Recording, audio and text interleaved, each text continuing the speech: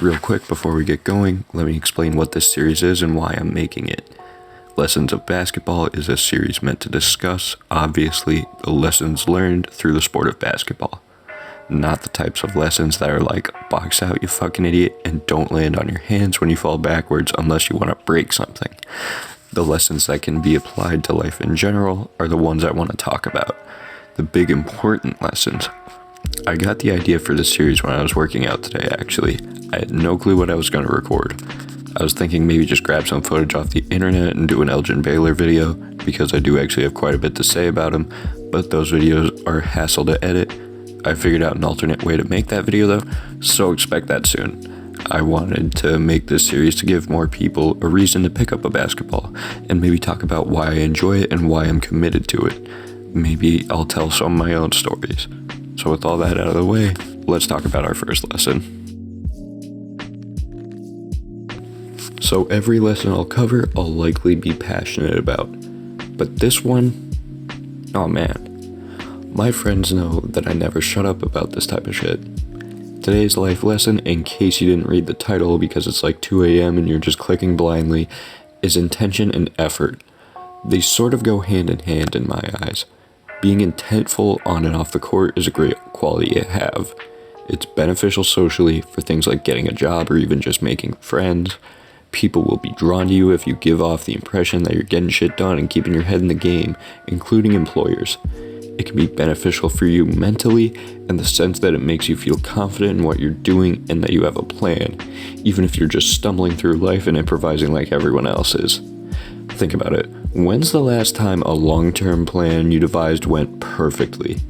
We spend our entire lives improvising and thinking on the fly, and that's a great quality to have on the basketball court for obvious reasons. Never know what the opposing team will throw your way. You gotta be ready at all times. On top of that, just being intentful in your movements are gonna make you play better, no matter how gassed you are.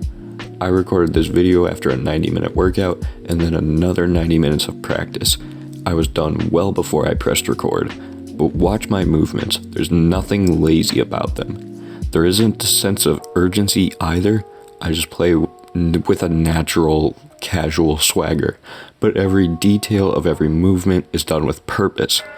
There have also been plenty of times where I've gone just ice cold, and then the next rep or shot, I take a deep breath and lock in, and I drain it. It works 99% of the time.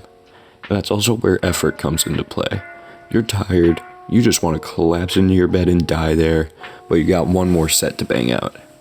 I live by the saying that you only get out of something what you put into it. If you aren't putting maximum effort into keeping your form perfect, no matter how much your body burns, you could always get more out of your workout.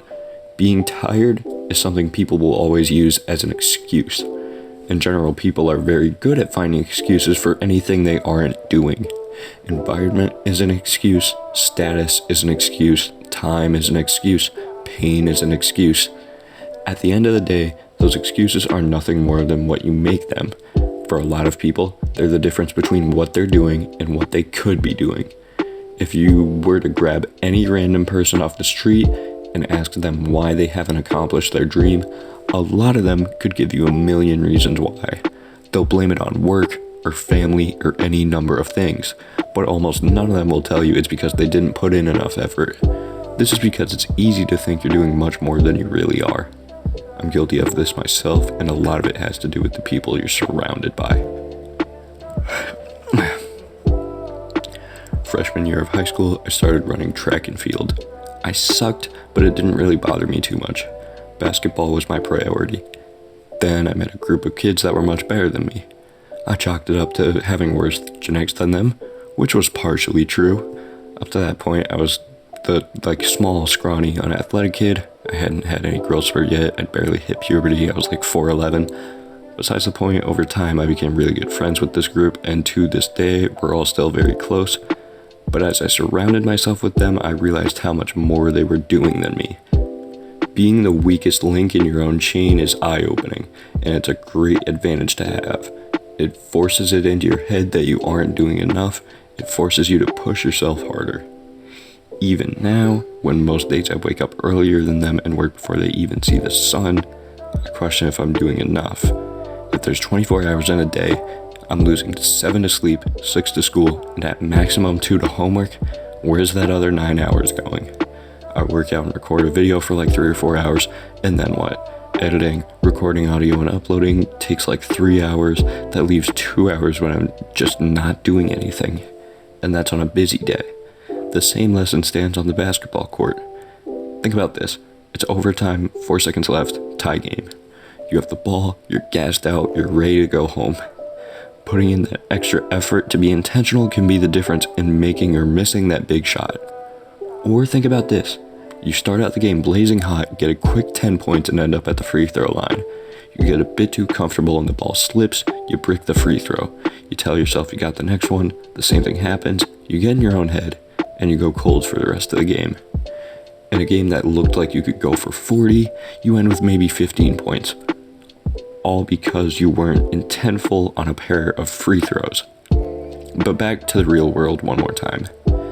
Effort is the difference between you and the guy ahead of you. Some people believe that certain successful people get off with their talent alone, but that just isn't true. Everyone who's experienced success has honed their craft and put hours into whatever it is that they do. Anyone can do anything if they work hard enough for it. So what I'm telling you is get up earlier, run that extra mile, grind out that extra set, and don't be afraid to work hard. Even if you fail, hard work is a success. But if you're the hardest worker, you won't fail.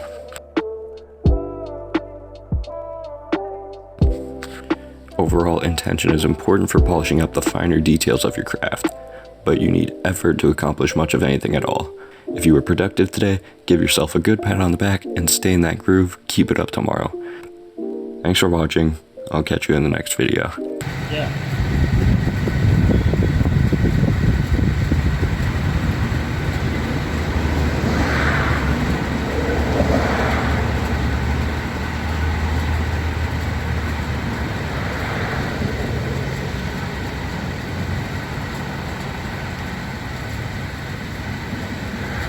Yeah, thank you. I do not. Yeah. I play like rugby, but yeah, good way to spend the time. Yeah. Thank you. Thank you. Means a lot. Have a good day.